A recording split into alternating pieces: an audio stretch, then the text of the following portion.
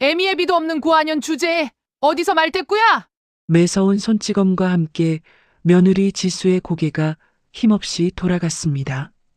부잣집 며느리가 되면 행복할 줄 알았건만 현실은 식모보다 못한 지옥이었죠. 시어머니는 사과 껍질이 두껍다며 며느리의 머리채를 휘어잡았습니다. 바로 그때 병실 문이 거칠게 열렸습니다. 수십 명의 의료진을 거느리고 나타난 재벌회장 한태석. 그는 시어머니의 손목을 거칠게 낚아챘습니다. 이 몰상식한 여자, 당장 끌어내! 근본 없는 고아라고 천대받던 며느리, 그리고 그녀 앞에서 미안하다며 통곡하는 재벌 회장. 과연 이들에겐 어떤 기막힌 사연이 있었던 걸까요? 사연을 시작하기 전에 구독과 좋아요 눌러주시고 어디에서 듣고 계신지 댓글로 남겨주세요. 여러분의 가정에 행운이 가득 깃들기를 바라겠습니다. 지수에게 엄마는 세상 전부였습니다. 단둘이 살았어요. 가난했지만 따뜻했던 엄마였습니다. 그런데 지수가 7살이 되던 해, 엄마는 갑자기 세상을 떠났습니다. 너무 어린 나이에 혼자 남겨진 지수는 그 길로 고아원에 맡겨졌어요. 그렇게 19살이 되던 해, 지수는 고아원 문을 나섰습니다. 세상에 기댈 가족 하나 없었지만 지수는 무너지지 않았어요. 식당 서빙에 편의점, 주말엔 공장일까지 닥치는 대로 일하면서 어렵게 대학을 졸업했고 25살에 미래유통 비서실에 입사했죠. 지수는 입사 첫날부터 누구보다 일찍 출근하고 누구보다 늦게 퇴근했어요. 빈자리를 실력으로 채웠고 3년 만에 사장 전담 비서 자리에 올랐습니다. 고아원 출신이라는 꼬리표를 스스로의 힘으로 지워나가던 시절이었죠. 그때 진호를 만났습니다. 미래유통 사장의 아들이었던 남편 진호는 처음에는 지수에게 아무런 특별함이 없는 사람이었어요. 그저 사장님 아들 회사에 가끔 얼굴을 비추는 사람이었죠. 그런데 진호는 달랐습니다. 다른 임원들이 지수를 한비서라고 부를 때 진호만은 항상 지수 씨라고 따뜻하게 불렀어요. 야근이 길어지는 날이면 따뜻한 커피를 사들고 비서실 앞에 나타나기도 했습니다. 지수는 그 사람이 좋아졌습니다. 태어나서 처음으로 누군가가 나를 따뜻하게 대해준다는 느낌이었거든요. 그렇게 두 사람은 결혼까지 이르렀습니다. 하지만 점례는 처음부터 이 결혼을 못마땅해 했어요. 점례는 처음부터 이 결혼을 못마땅해 했어요. 아들이 결혼 의사를 밝히던 날, 점례는 지수 앞에서 대놓고 쏘아붙였습니다. 부모 얼굴도 모르는 고아년이 어딜 감히 우리 집 며느리가 되려고 해? 근본도 모르는 너 같은 건 우리 집안 며느리로 절대 못 받아들인다. 지수의 가슴에 비수를 꽂았습니다. 그래도 진호는 지수의 손을 놓지 않았어요. 그 믿음 하나로 지수는 버텼습니다. 결혼식 날 지수는 생애 처음으로 흰 드레스를 입었습니다. 드디어 한 가정의 사람이 되는 날이었죠. 웨딩홀 화장실 거울 앞에서 드레스 자락을 매만지며 지수는 속으로 되뇌었습니다. 이제 괜찮다고. 이제 혼자가 아니라고. 그런데 홀 안으로 들어서는 순간 발이 멈췄습니다. 신랑 쪽 하객석은 미래유통 임원들과 친척들로 빈틈없이 가득 찼습니다. 꽃을 든 아주머니들, 양복을 빳빳하게 차려입은 남자들이 서로 인사를 나누며 웃음소리를 냈어요. 그런데 신부 쪽 하객석은 달랐습니다. 하얀 의자들이 아무도 앉지 않은 채 줄줄이 늘어서 있었고 회사 동료 서너 명이 그 끄트머리에 어색하게 앉아 있는 게 전부였죠. 부를 가족이 없었습니다. 지수는 고아원 출신이었으니까요. 그때였습니다. 하객들 사이를 오가던 시어머니 점례가 발걸음을 멈추더니 텅 빈 신부 측 자리를 후쳐봤습니다. 그리고 옆에 선 친척에게 들으라는 듯 길게 한숨을 내쉬며 혀를 찼어요. 부모도 없는 고아년을 내가 며느리로 들이다니. 내가 창피해서 웨딩홀 안이 그렇게 시끄러웠는데도 그 말만큼은 유독 선명하게 들렸어요. 벅차오르던 가슴이 그 한마디에 차갑게 내려앉았죠. 지수는 입술을 꼭 깨물고 시선을 정면에 고정했습니다. 그때 남편 진호가 곁으로 다가와 지수의 손을 꼭 잡았습니다. 걱정 마. 결혼하고 나면 내가 다 막아줄게. 지수는 그 손의 온기를 믿었습니다.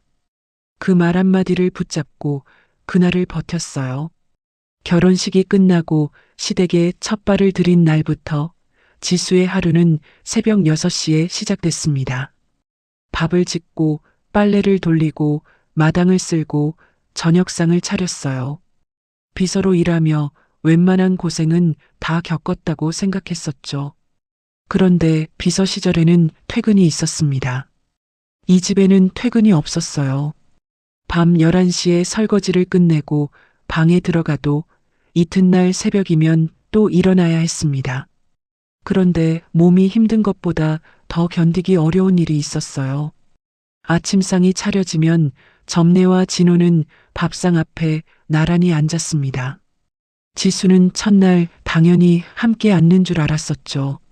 그런데 점례는 진호에게만 앉으라 했고 지수는 부엌 문 앞에 선 채로 기다렸습니다. 하루가 지나고 이틀이 지나도 지수를 부르는 일은 한 번도 없었어요. 어느 아침이었습니다.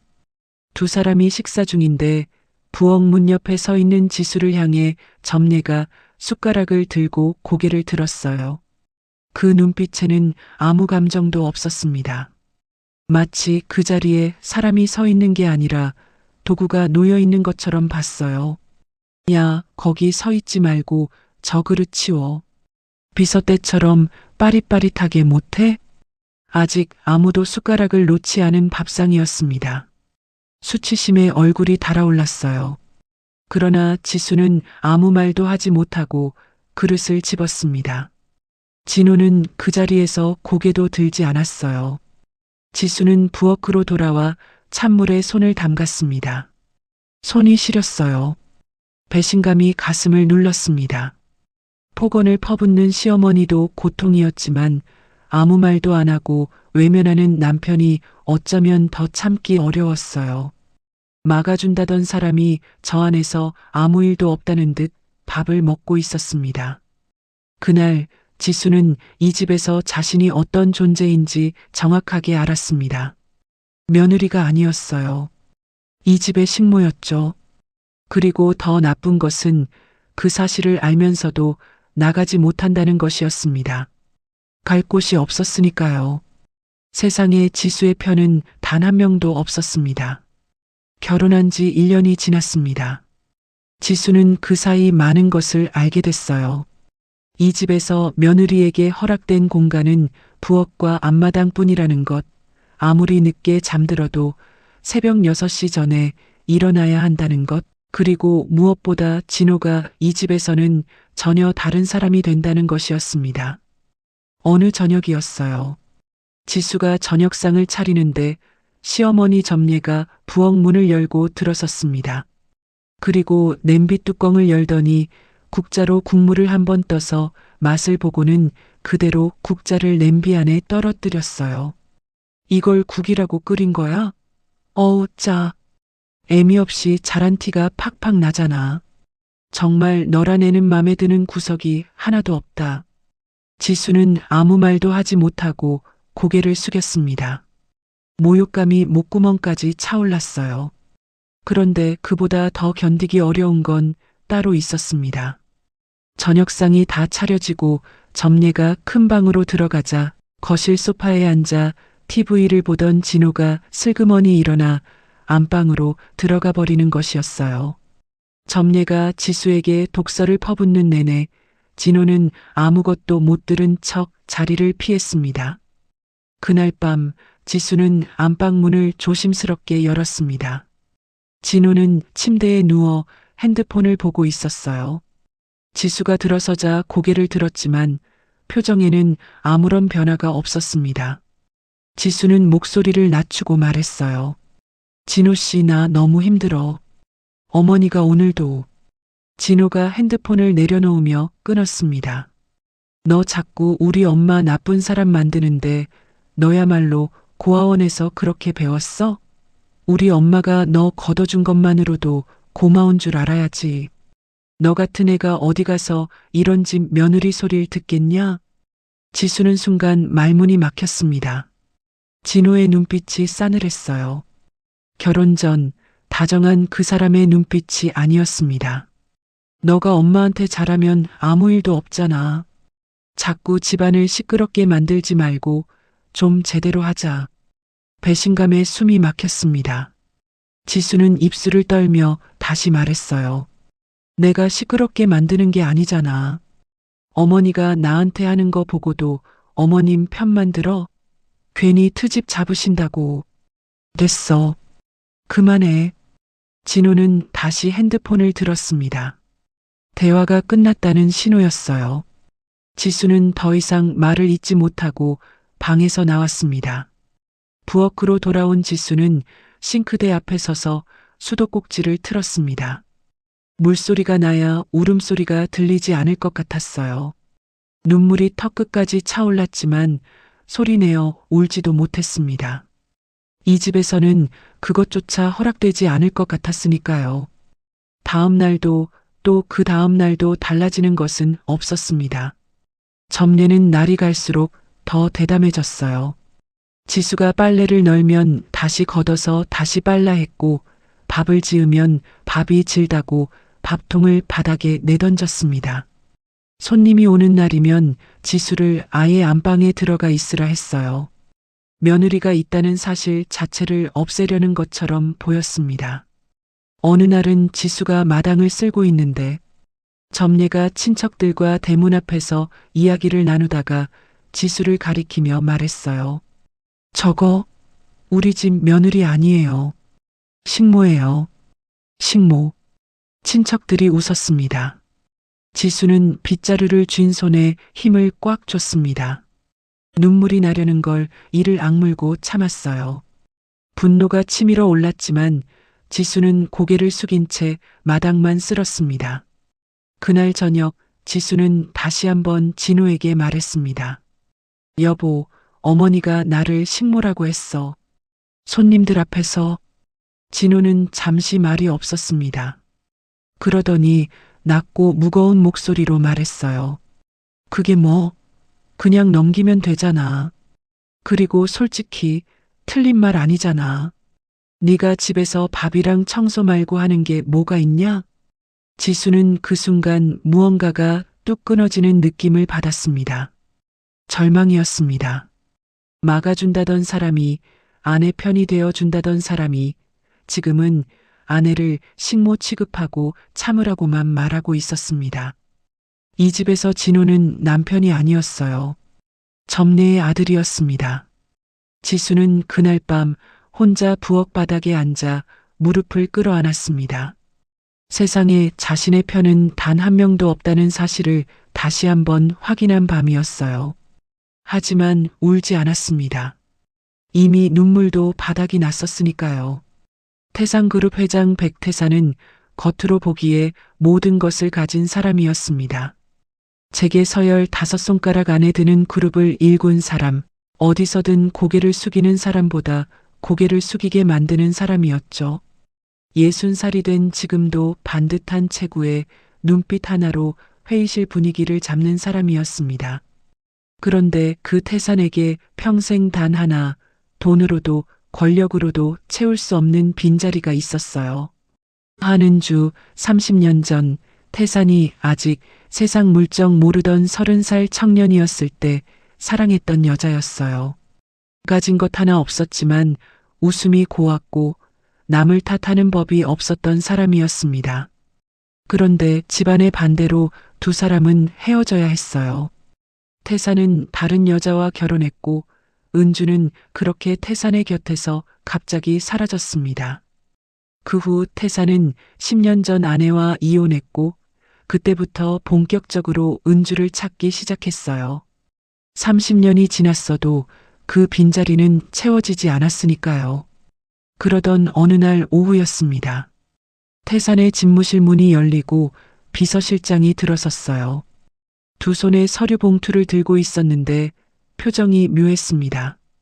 평소보다 굳어 있었어요. 회장님, 한은주 씨 관련해서 보고 드릴 내용이 있습니다. 태산은 만년필을 내려놓았습니다. 몸이 앞으로 기울었어요. 찾았어? 네. 그런데 먼저 마음의 준비를 하시고 들으셔야 할 것 같습니다. 비서실장이 서류를 펼쳤습니다. 태산의 눈이 서류 위를 빠르게 훑었어요. 그러다 한 줄에서 멈췄습니다. 출산 기록, 그리고 아이의 생년월일. 태산의 손이 서류를 집었습니다. 손가락이 떨렸어요. 이게 무슨 말이야? 은주가 아이를 낳았다고? 네, 회장님. 30년 전 두 분이 헤어지시던 그 해에 출산한 것으로 확인됩니다. 태산은 아이의 생년월일을 다시 봤습니다. 눈으로 숫자를 짚으며 속으로 계산했어요. 30년 전 그해 가을. 그렇다면 헤어질 당시 은주는 이미 임신 중이었다는 말이었습니다. 그 순간 태산은 자리에서 일어서지 못했습니다. 다리에 힘이 빠졌어요. 30년 전 은주의 얼굴이 떠올랐습니다. 헤어지던 날 은주는 울지 않았어요. 그저 태산의 얼굴을 오래 바라보다가 고개를 숙이고 돌아섰습니다. 그게 마지막이었어요. 그 눈빛이 이제야 이해됐습니다. 은주는 알고 있었던 것이었어요. 뱃속에 아이가 있다는 사실을. 그런데도 말하지 않았어요. 왜 말을 안 했을까? 목소리가 갈라졌습니다. 분노인지 슬픔인지 구별이 되지 않는 감정이 가슴을 가득 채웠어요. 태산은 두 손으로 얼굴을 감쌌습니다. 비서실장은 아무 말도 하지 않았어요. 한참이 지나서야 태산이 얼굴을 들었습니다. 은주는 지금 어디 있어? 딸은? 비서실장의 표정이 더 굳었습니다. 서류를 한 장 넘겼어요. 한은주 씨는 이미 돌아가셨습니다. 23년 전 한은주 씨 딸이 7살이 되던 해에 지병으로 세상을 떠나셨습니다. 태산은 그 말을 듣는 순간 아무것도 들리지 않았습니다. 23년 전 지수가 7살이던 해, 그 말이 머릿속에서 맴돌았어요. 태산이 그룹을 키우고 사옥을 올리고 재계 순위를 높여가던 그 시간 동안 은주는 아이 하나를 안고 혼자 버티다가 죽었다는 말이었습니다. 태산의 눈앞이 흐려졌습니다. 슬픔이 아니었어요. 그보다 훨씬 더 깊은 것이었습니다. 가슴이 무너졌습니다. 아이를 혼자 낳았을 은주가 떠올랐어요. 태산의 아이를 뱃속에 품고도 말 한마디 못한 채 돌아섰던 그 여자가 23년 동안 혼자 살다가 혼자 죽었다는 말이었습니다. 태산을 원망하지도 못하고 도움을 청하지도 못하고 그렇게 사라졌다는 말이었어요. 언제 죽은 거야? 목소리가 떨렸습니다. 비서실장이 조용히 대답했어요. 37살이었습니다. 37살. 태산은 그 나이에 첫 번째 사옥 준공식에서 샴페인을 터뜨리고 있었습니다. 그 시간에 은주는 7살짜리 아이를 남겨두고 눈을 감았어요. 태산은 자리에서 일어서려다 그대로 주저앉았습니다. 두 손이 책상 위에서 떨렸어요. 평생 흔들리지 않는다고 자부하던 사람이 그 순간만큼은 60살 노인처럼 작아졌습니다. 내가 찾았어야 했어. 내가 먼저 찾아갔어야 했는데. 낮게 내뱉은 혼잣말이었어요. 그 말이 채 끝나기도 전에 눈물이 흘렀습니다. 태산은 그것을 닦지 않았어요. 닦을 자격이 없다고 느꼈으니까요. 그 아이는? 비서실장이 마지막 서류를 펼쳤습니다. 태산의 눈이 그 페이지 위를 천천히 내려갔어요. 그리고 멈췄습니다.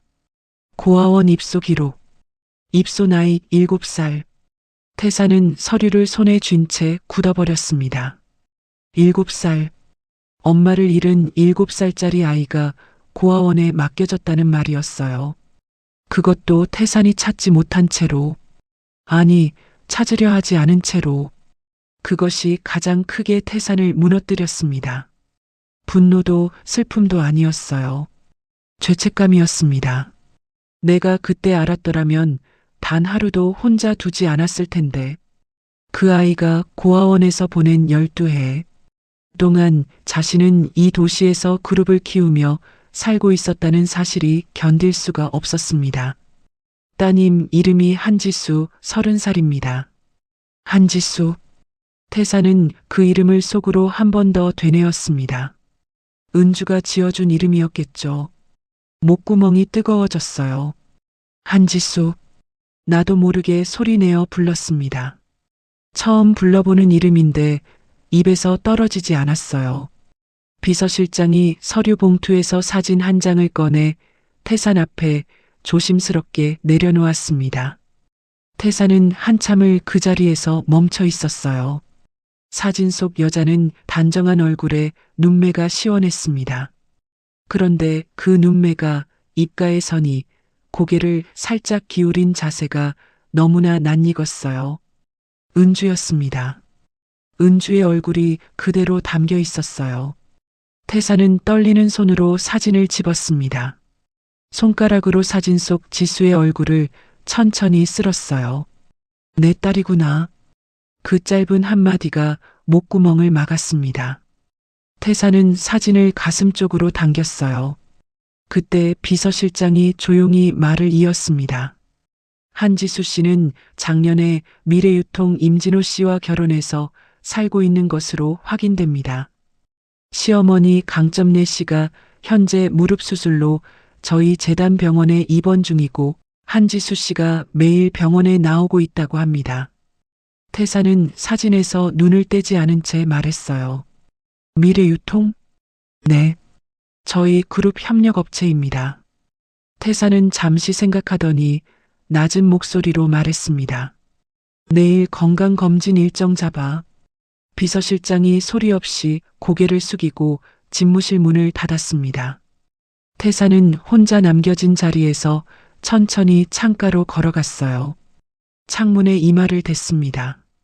유리가 차가웠어요. 손에 쥔 사진 속 지수의 얼굴이 유리에 비쳤습니다. 은주야, 내가 너무 늦어서 미안해. 그 말을 끝으로 태사는 오래 아무 말도 하지 않았습니다. 다음 날 아침 태사는 평소보다 일찍 집을 나섰습니다. 차 안에서도 사진을 꺼내 들었어요. 어젯밤 내내 손에서 놓지 못했던 사진이었습니다. 창밖으로 병원 건물이 보이기 시작하자 태사는 사진을 천천히 접어 안주머니에 넣었어요. 저 아이가 지금 행복하게 살고 있기를 바랐습니다. 그것만으로도 충분하다고 태사는 속으로 되뇌었어요. 병원에 도착하자 원장을 비롯한 의료진들이 줄지어 허리를 굽혔습니다.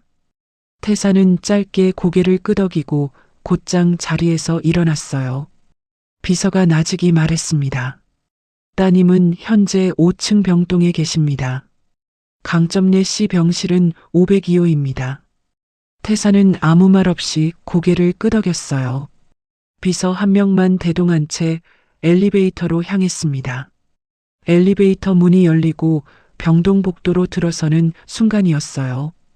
복도 끝에서 종종 걸음으로 걸어오는 여자가 보였습니다. 양손에 도시락 가방과 과일 봉지를 들고 있었어요. 태산의 발이 그 자리에서 굳었습니다. 지수가 가까워질수록 태산의 숨이 점점 느려졌어요. 그 아이의 눈매가 콧날이 입가에 선이 너무나 낯익었어요. 30년 전 기억 속에서만 살아있던 얼굴이었습니다. 은주였어요. 태산이 사랑했던 그 시절의 은주 얼굴이 그대로 걸어오고 있었습니다. 30년 전 처음 은주를 봤던 날처럼 태산의 가슴이 멎는 것 같았습니다. 태산은 자기도 모르게 한 발 앞으로 내딛었어요. 그러다 멈췄습니다. 눈이 뜨거워졌어요. 지수는 태산의 시선을 알아채지 못한 채 고개를 숙이고 병실 쪽으로 걸음을 옮겼습니다. 그런데 가까이서 보니 사진과 조금 달랐어요. 지쳐 보였습니다. 화장기 없는 얼굴에 눈 아래 그림자가 짙었고 머리카락은 단정하게 묶여 있었지만 눈빛이 어딘가 꺼져 있었어요.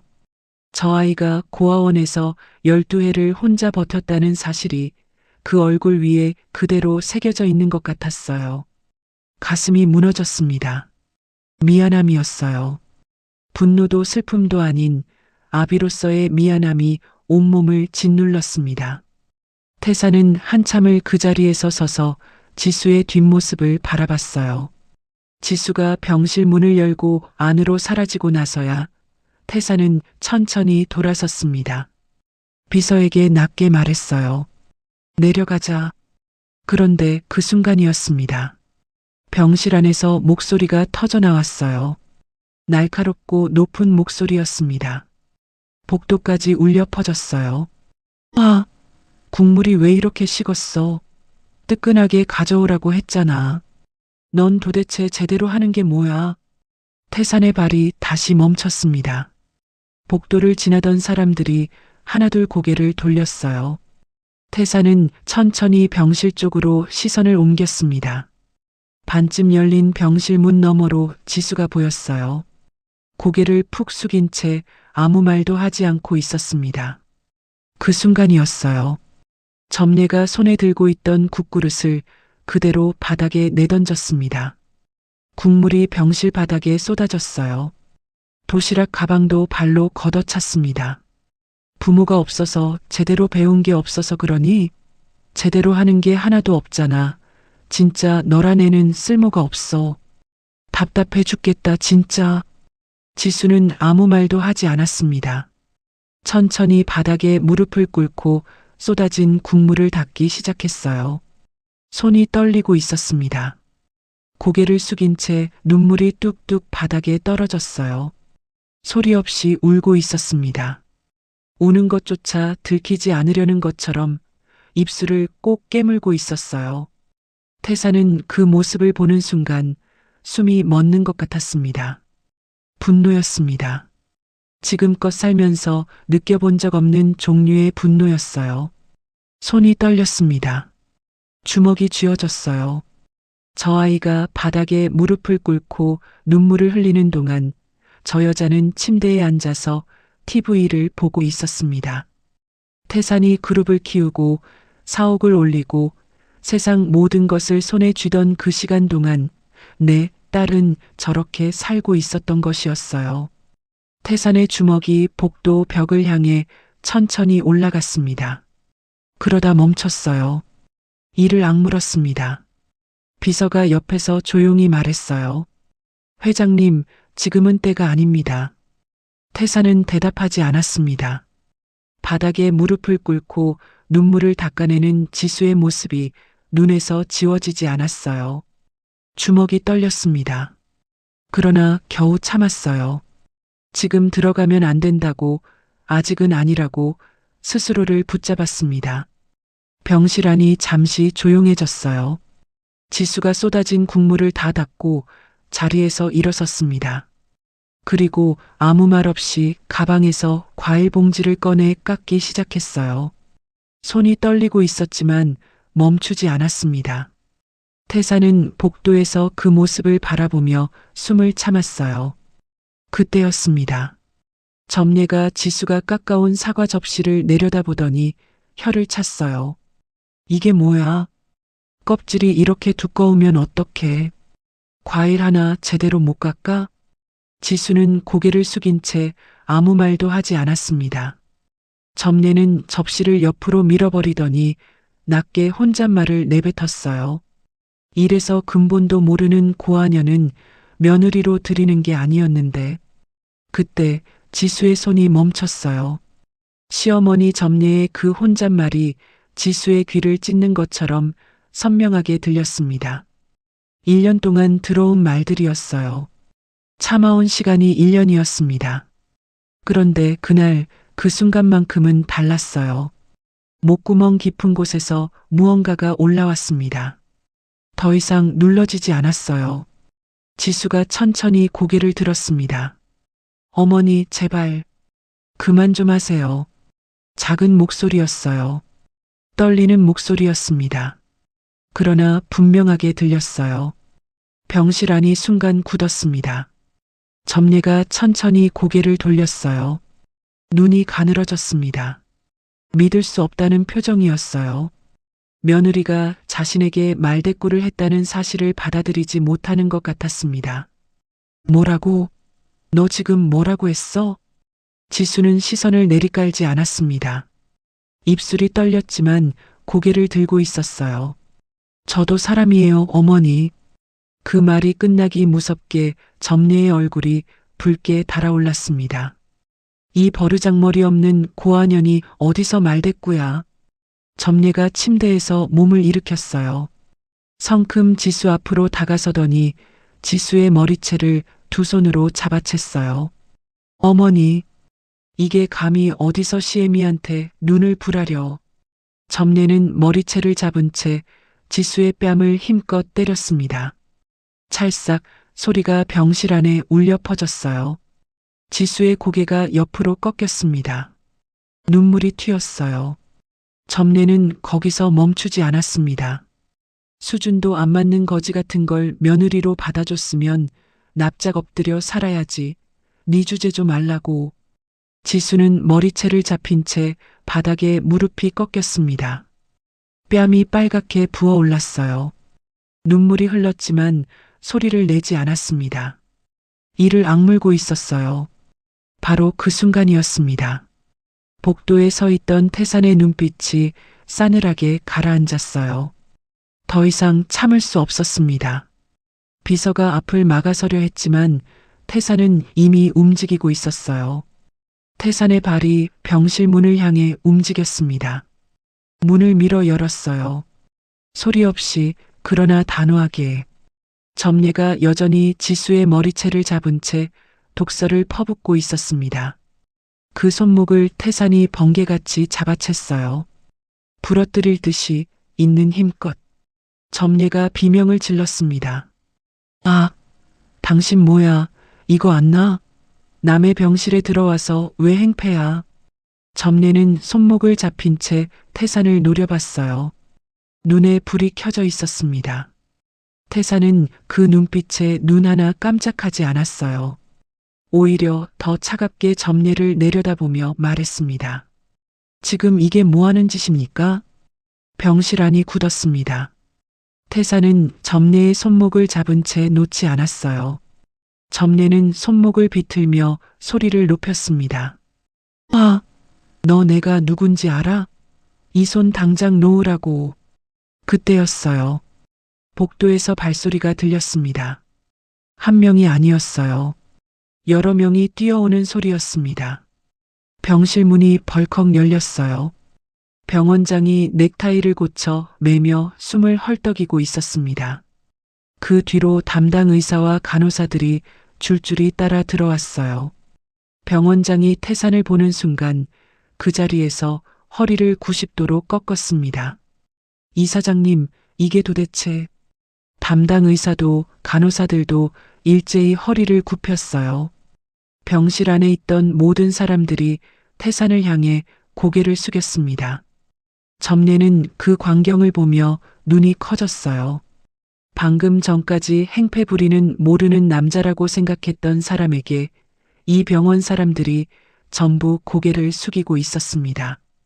어리둥절한 표정으로 태산과 병원장을 번갈아 봤어요. 이사장님이라고? 태산은 점례를 거들떠보지 않았습니다. 손목을 놓았어요.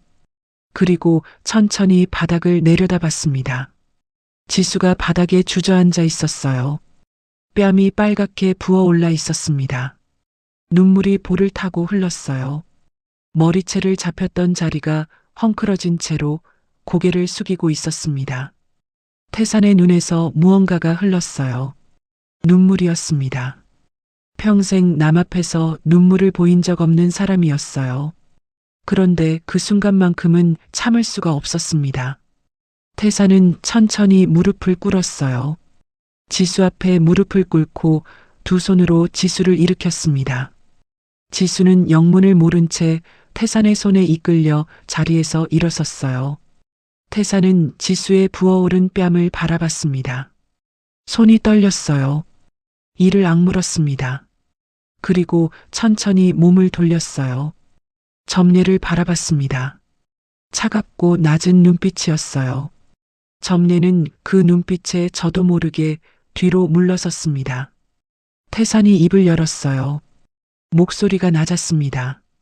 그러나 병실 안에 있는 모든 사람들에게 또렷하게 들렸어요.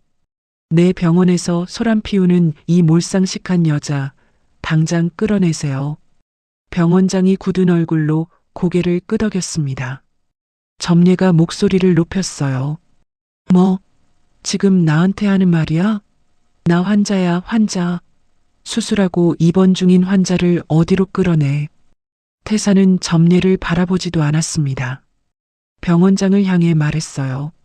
이 여자는 우리 재단 병원 이용 자격 없습니다. 당장 전원 조치하세요. 알겠습니다, 이사장님. 점례의 얼굴이 하얗게 질렸어요. 잠깐만요. 나 무릎 수술한 지 얼마 안 됐다고요. 지금 움직이면 안 돼요. 아무도 듣지 않았습니다. 병원장의 지시가 떨어지자 경비원 2명이 병실 안으로 들어왔어요. 점례는 환자복 차림 그대로 양쪽에서 붙잡혔습니다.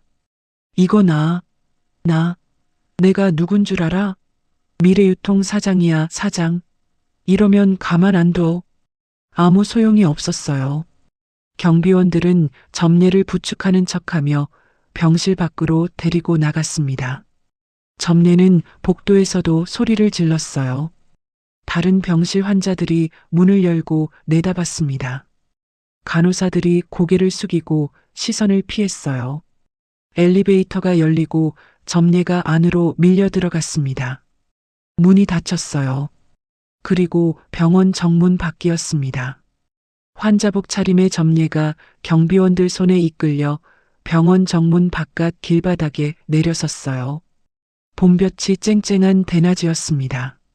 지나가던 사람들이 힐끔거렸어요. 미래유통 사장, 이 동네에서 모르는 사람이 없다는 강점례가 환자복 차림으로 길바닥에 서 있었습니다. 점례는 그 자리에서 멍하니 서 있었어요. 병원 유리문 너머로 로비가 보였습니다. 경비원들이 이미 안으로 들어가 버렸어요. 아무도 나오지 않았습니다. 다시 들어가려고 문을 밀었지만 문은 열리지 않았어요. 점례는 그제야 자신이 어떤 상황에 처했는지 깨달았습니다. 핸드폰도 없었어요. 지갑도 없었습니다. 환자복 차림으로 길바닥에 혼자 서 있는 신세였어요. 한편 병실에서는 태산이 지수 곁에 서 있었습니다. 지수는 아직 무슨 일이 일어난 건지 파악하지 못한 표정이었어요. 부어오른 뺨을 손으로 감싼 채 멍하니 태산을 바라봤습니다. 태산은 지수의 얼굴을 바라봤어요. 빨갛게 부어오른 뺨 위에 눈물 자국이 말라가고 있었습니다.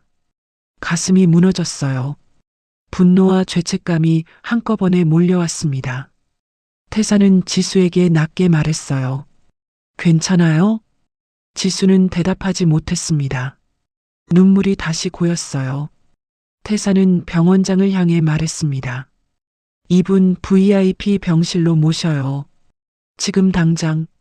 VIP 병실은 지수가 지금껏 본 병실과 달랐습니다. 넓고 조용했어요. 창밖으로 햇살이 들어왔고 흰 침대보가 반듯하게 펴져 있었습니다. 간호사가 지수를 침대로 안내하며 뺨에 냉찜질을 대주었어요. 지수는 얼떨떨한 채로 침대에 앉았습니다. 도대체 무슨 일이 일어난 건지 아직도 실감이 나지 않았어요.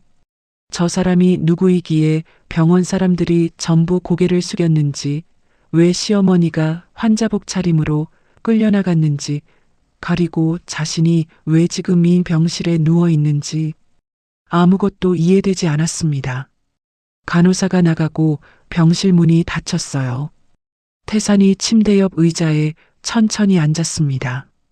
지수는 냉찜질을 뺨에 댄 채 조심스럽게 태산을 바라봤어요. 저한테 왜 이렇게까지 하시는 건가요? 태사는 대답하지 않았습니다. 잠시 지수의 얼굴을 바라봤어요. 빨갛게 부어오른 뺨을, 눈물 자국이 마른 볼을, 헝클어진 머리카락을 하나하나 눈에 담았습니다. 그러더니 천천히 안주머니에서 사진 한 장을 꺼냈어요. 오래된 사진이었습니다. 모서리가 달아 있었고 빛이 바랬어요. 그 사진을 지수 앞에 내밀었습니다. 지수는 사진을 받아들었어요. 젊은 남자와 여자가 나란히 서 있는 사진이었습니다. 남자는 눈앞에 앉은 이 사람이었어요.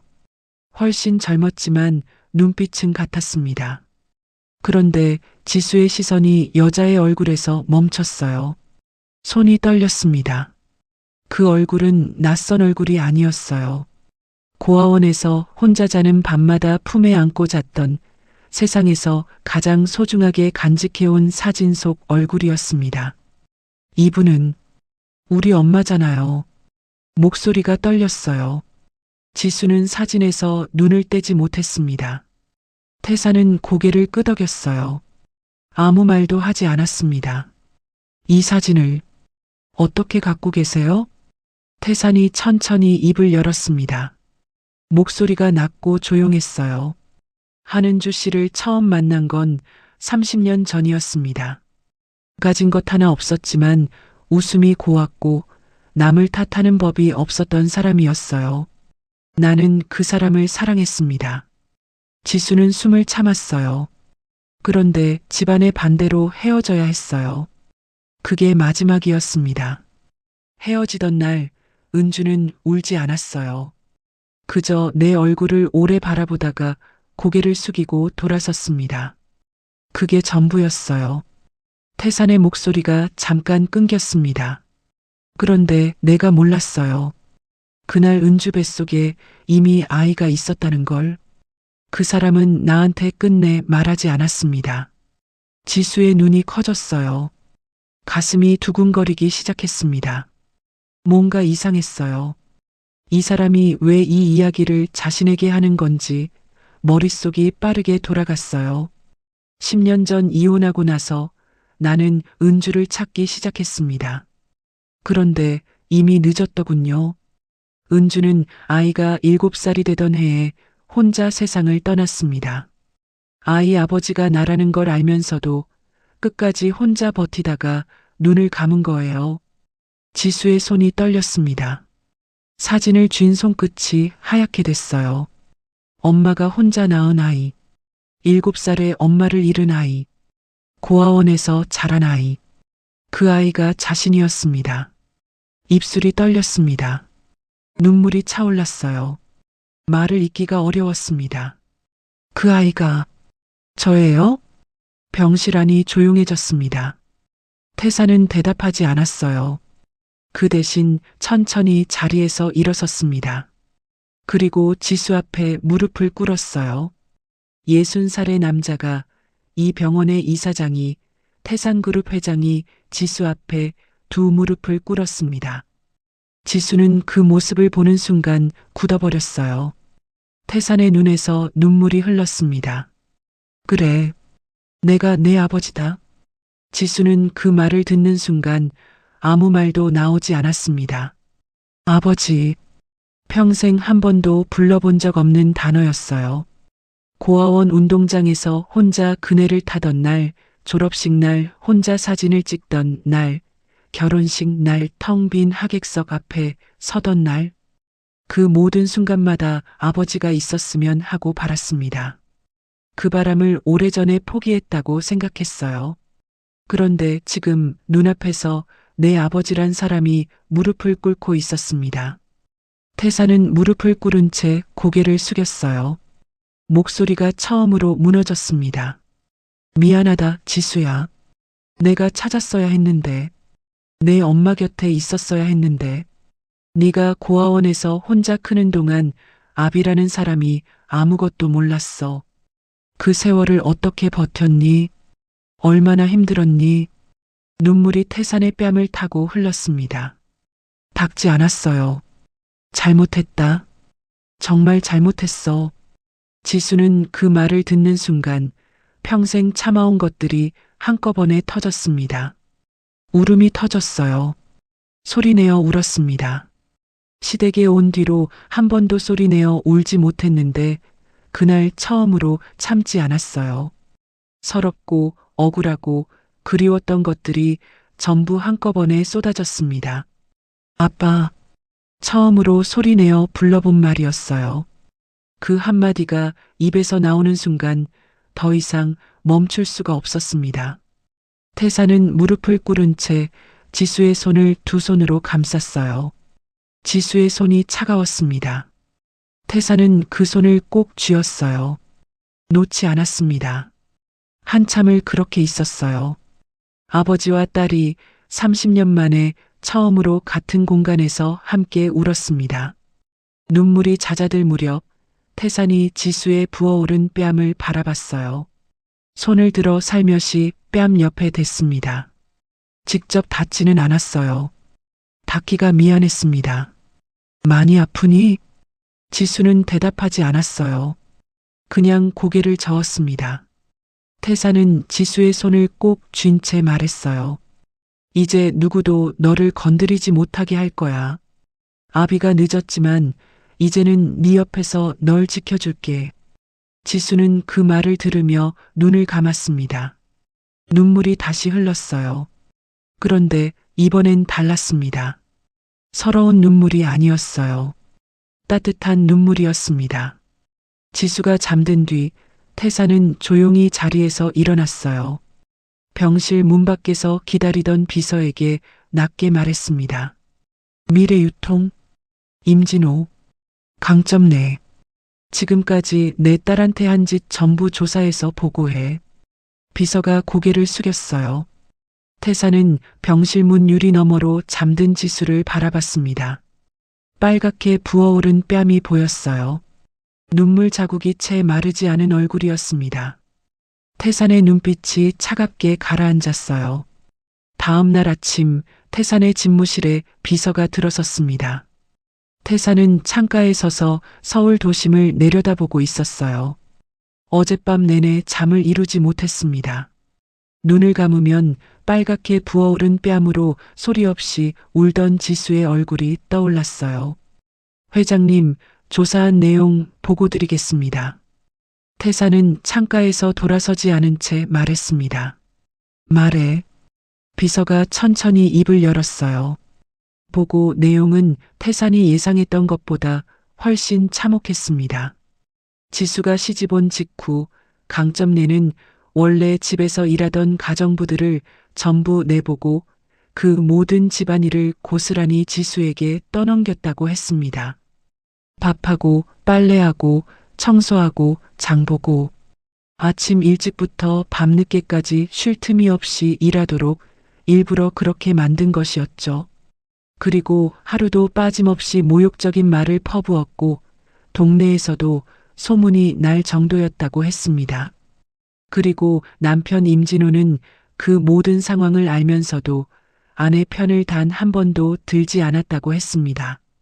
태사는 창문에 짚은 손에 서서히 힘이 들어갔어요. 그때 비서가 말을 멈추더니 잠깐 뜸을 들였습니다.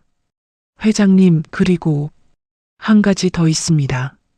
임진호 씨가 결혼하고 얼마 지나지 않아 다른 여자를 만나고 있고 주변에서는 이미 다 알고 있다고 합니다. 태사는 그 말이 끝나는 순간 천천히 몸을 돌렸습니다. 눈빛이 달라져 있었어요. 분노라고 하기엔 너무 차가웠습니다. 그 차가움이 오히려 더 무서웠어요. 내 딸이 낮게 내뱉었습니다. 내 딸이 그 집에서 사람 취급도 못 받고 살았다는 말이지. 남편은 바깥에서 딴 여자를 만났고 비서는 아무 말도 하지 못했어요. 태사는 천천히 책상으로 걸어가 의자에 앉았습니다. 잠시 눈을 감았어요. 고아원에서 혼자 자라 악착같이 버텨온 아이였습니다. 식당 서빙에 공장일까지 하며 힘들게 살았던 아이였어요. 그랬던 그 아이가 결혼 후 식모 취급을 받으며 살았다는 말이었습니다. 눈이 뜨거워졌습니다. 그러나 태사는 눈물을 흘리지 않았어요. 지금 흘릴 눈물은 없었습니다. 지금 해야 할 일이 있었으니까요. 태사는 눈을 떴어요. 미래유통? 오늘부로 우리 그룹 전 계열사 납품 계약 전부 끊어. 비서가 고개를 끄덕였습니다. 주거래 은행에도 연락해. 우리 쪽 보증 전부 철회하고 대출 회수 절차 밟으라고. 비서가 잠시 멈칫했어요. 회장님, 그렇게 되면 미래유통은 하루 안에 부도가 날 수도 있습니다. 태사는 비서를 바라봤어요. 눈빛이 흔들리지 않았습니다. 알아. 미래유통. 오늘부터 이 세상에서 지워버려. 먼지 하나 남지 않게. 비서가 고개를 숙이고 집무실을 나갔어요. 오래 걸리지 않았어요. 그날 오후 비서가 다시 들어왔습니다. 회장님, 태상그룹 전 계열사 납품 계약 해지 통보 완료됐습니다. 주거래 은행에서도 대출 회수 절차가 시작됐고요. 미래유통 쪽에서 계속 연락이 오고 있습니다. 태사는 고개를 끄덕였어요. 표정 하나 바뀌지 않았습니다. 한편 미래유통 사무실은 그 시각 아수라장이 됐어요. 납품 해지 통보가 한 건 두 건이 아니었습니다. 태상그룹 계열사 전체에서 동시에 날아들었어요. 격리 직원이 뛰어들어오고 전화기가 쉬지 않고 울렸습니다. 거래처들이 줄줄이 거래 중단을 통보해 왔어요. 진호는 사무실 한가운데 서서 보고를 받으며 얼굴이 하얗게 질렸습니다. 태상그룹이 왜 갑자기 전부 끊어? 이유가 뭐야? 저희도 모르겠습니다. 아무 사전 통보 없이 오늘 오전부터 전부 해지 통보가 들어오고 있습니다. 은행은? 직원이 말을 잇지 못했어요. 진호는 그 표정만 보고도 알아챘습니다. 진호의 다리가 풀렸어요. 자리에 주저앉았습니다. 태상그룹은 미래유통 전체 매출의 절반 이상을 차지하는 거래처였어요. 거기에 은행 대출까지 전액 회수된다면 회사는 단 하루도 버틸 수 없었습니다. 하루아침에 모든 게 무너지고 있었어요. 같은 시각 점례에게 진호에게서 전화가 왔습니다. 어머니, 큰일 났어요. 태상그룹에서 납품 계약을 전부 끊었어요. 오늘 오전부터 계열사 전체에서 동시에 해지 통보가 들어왔고 은행도 대출 회수 통보가 왔어요. 점례는 순간 말문이 막혔어요. 태상그룹이? 갑자기 왜? 저도 모르겠어요. 아무 이유도 없이 한꺼번에 전부입니다. 점례는 전화를 끊고 멍하니 앉아 있었습니다.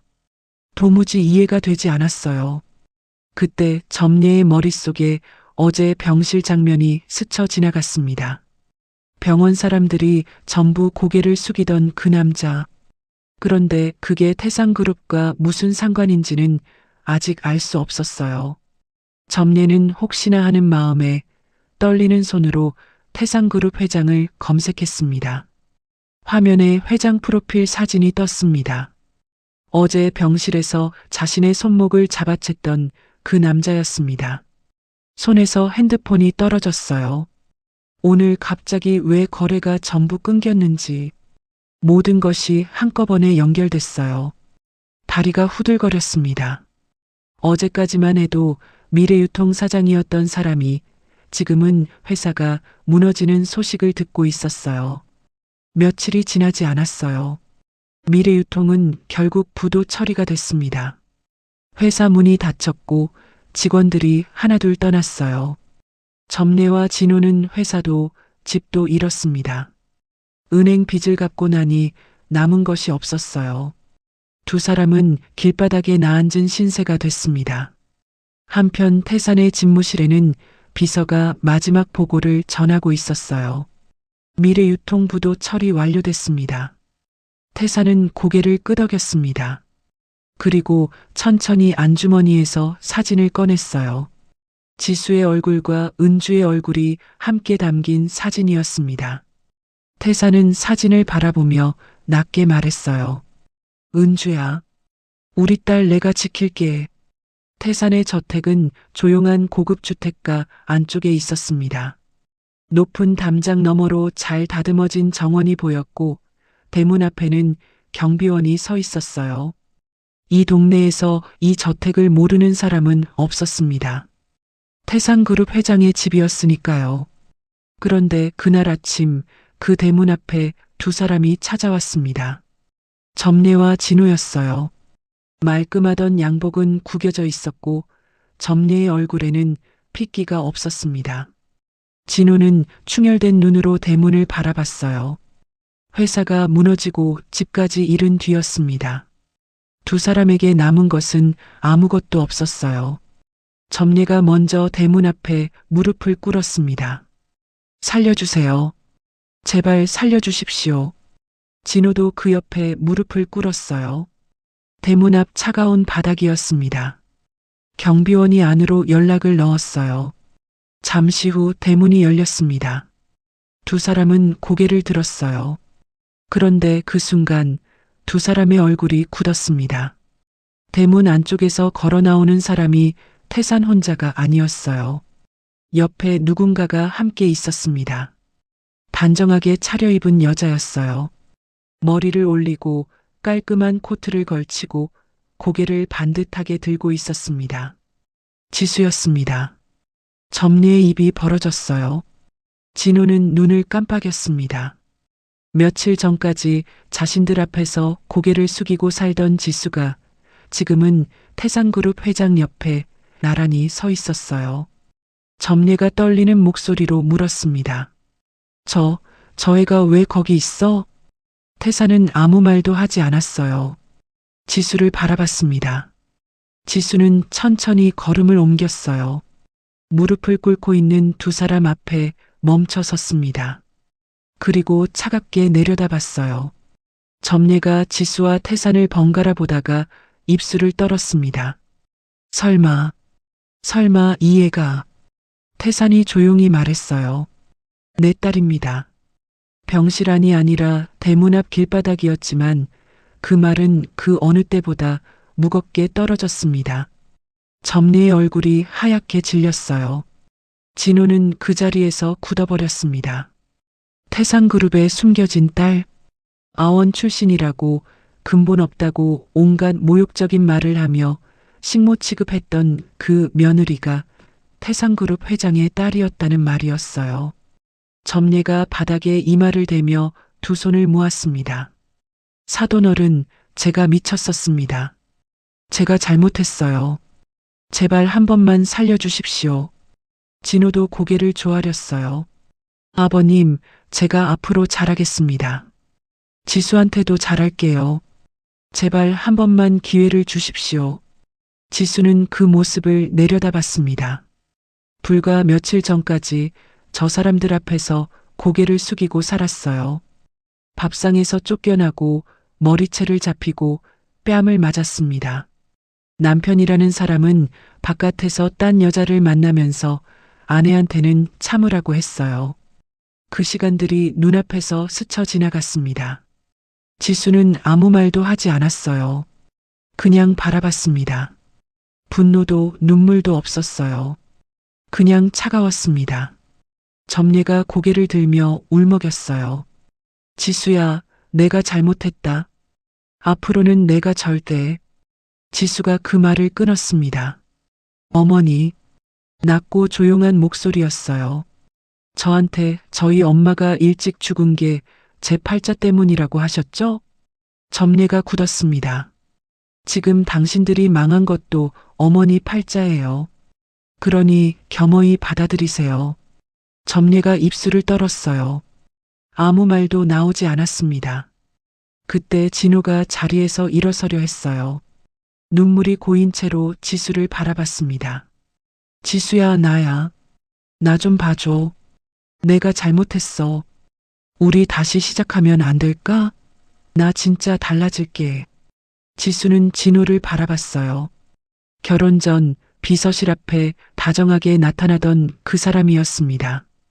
막아준다던 사람, 손을 잡아주던 사람이었어요.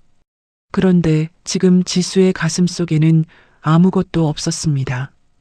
분노도 미련도 슬픔도 없었어요. 텅 비어 있었습니다. 그때 태산이 진호를 바라봤어요. 눈빛이 차가웠습니다.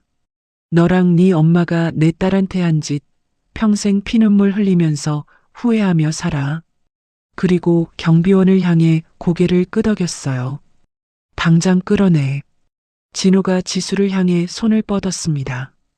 그러나 경비원들이 이미 양옆에서 막아섰어요. 점례는 바닥에서 일어서지도 못한 채 울었습니다. 대문이 닫혔어요. 지수는 닫히는 대문 너머로 두 사람의 모습이 사라지는 것을 바라봤습니다. 가슴이 시원했어요. 동안 짓눌려 있던 무언가가 그 순간 거치는 것 같았습니다. 눈물이 날 것 같았어요. 그런데 눈물이 나지 않았습니다. 더 이상 저 사람들 때문에 흘릴 눈물이 없었으니까요. 태산이 지수 옆에 섰어요. 아무 말도 하지 않았습니다. 그냥 옆에 있었어요. 지수는 그 온기를 느끼며 고개를 들었습니다. 하늘이 맑았어요. 오랜만에 하늘을 올려다봤습니다. 이렇게 하늘이 넓었는지 그동안 몰랐어요. 봄이 왔습니다. 지수가 태산의 저택에 들어온 지 2달이 지났어요. 처음 이 집에 발을 들이던 날 지수는 어색해서 어디에 앉아야 할지도 몰랐습니다. 평생 자신을 위한 공간이 없었던 사람이었으니까요. 그런데 이제는 달랐어요. 아침에 눈을 뜨면 햇살이 들어오는 넓은 방이 있었고 밥상 앞에 나란히 앉아 밥을 먹는 아버지가 있었습니다.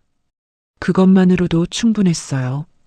태산은 지수를 태산그룹의 장녀로 정식 입적시켰습니다. 서류에 도장을 찍던 날 태산은 아무 말도 하지 않았어요. 그냥 지수의 손을 꼭 쥐었습니다. 지수도 아무 말 하지 않았어요. 그냥 울었습니다. 그리고 어느 맑은 날 오전이었어요. 태산과 지수는 나란히 차에 올랐습니다. 도착한 곳은 경기도 외곽의 조용한 묘지였어요. 잘 다듬어진 길을 따라 걸어 올라가니 작은 비석 하나가 보였습니다. 한은주. 그 이름이 새겨져 있었어요. 지수는 비석 앞에 무릎을 꿇었습니다. 손에 들고 온 흰 국화를 내려놓았어요. 한참을 아무 말도 하지 못했습니다. 목이 막혔어요. 엄마. 겨우 한마디를 꺼냈습니다. 나 이제 괜찮아. 아빠 찾았어. 이제 혼자 아니야. 눈물이 흘렀어요. 소리 없이 흘렀습니다. 태산은 지수 옆에 나란히 무릎을 꿇었어요. 두 손을 모으고 고개를 숙였습니다. 은주야. 늦어서 미안해. 우리 딸 내가 지킬게. 바람이 불었어요. 국화꽃이 살랑거렸습니다. 마치 은주가 대답하는 것 같았어요. 두 사람은 오래 그 자리에 있었습니다. 한편 점례와 진호는 비참한 나날을 보내고 있었어요. 회사도 집도 잃은 두 사람은 작은 반지하 방에서 살았습니다. 점례는 동네 무료 급식소 앞에 줄을 서야 했어요. 미래유통 사장이라는 타이틀도 전부 사라진 뒤였습니다. 아는 사람을 만날까봐 고개를 숙이고 다녔어요. 진호는 이력서를 들고 이 회사 저 회사를 기웃거렸지만 부도난 회사 대표였던 그를 받아주는 곳은 없었습니다. 지수에게 연락을 시도했지만 번호는 이미 바뀌어 있었어요. 두 사람이 뿌린 대로 거두고 있었습니다. 그 무렵 지수는 바빴어요. 태산의 도움으로 재단 설립 준비를 시작했습니다. 자신처럼 고아원에서 자란 아이들을 돕는 재단이었어요. 이름은 은주재단으로 정했습니다. 엄마의 이름을 따서 지었어요. 재단 설립 서류에 서명하던 날 지수는 잠시 펜을 멈췄습니다. 고아원에서 혼자 밥을 먹던 날들이 떠올랐어요. 졸업식 날 혼자 사진을 찍던 날도요. 그 시절의 지수가 지금의 지수를 봤다면 어땠을까 생각했습니다. 괜찮다고 해줬을 것 같았어요. 잘 버텼다고. 지수는 펜을 들어 서명했습니다. 어느 저녁이었어요. 태산과 지수는 저택 정원 벤치에 나란히 앉아 있었습니다. 노을이 지고 있었어요. 주황빛 하늘이 정원 위로 펼쳐졌습니다. 태산이 먼저 말했어요. 힘들었지? 지수는 잠시 생각하다가 고개를 저었습니다. 아니요. 지나고 나니까 다 괜찮아요. 태산이 지수를 바라봤어요. 지수의 얼굴에는 더 이상 그늘이 없었습니다. 빨갛게 부어올랐던 뺨도 꺼져 있던 눈빛도 이제는 없었어요. 아빠, 지수가 조용히 불렀습니다. 요즘 정말 행복해요. 저를 찾아주셔서 감사해요. 태산은 대답하지 않았어요. 그냥 지수의 손을 잡았습니다. 꼭 쥐었어요. 놓지 않았습니다. 노을이 깊어졌어요. 정원에 저녁 바람이 불었습니다. 아버지와 딸은 나란히 앉아 그 노을을 바라봤어요. 아무 말도 필요 없었습니다. 그냥 옆에 있는 것만으로도 충분했어요. 30년이 걸렸습니다. 돌아오는 길이 너무 멀었어요. 그러나 결국 두 사람은 서로를 찾았습니다. 그것만으로도 충분했어요. 오늘의 사연 어떠셨나요? 우리 주변에도 이런 분들이 계시지 않나요? 아무리 열심히 살아도 태어난 환경 때문에 무시당하고 억울하게 참아야 했던 분들이요. 오늘의 이야기처럼 저는 나쁜 사람들은 반드시 그 대가를 치른다고 믿고 있습니다. 여러분들은 어떠신가요?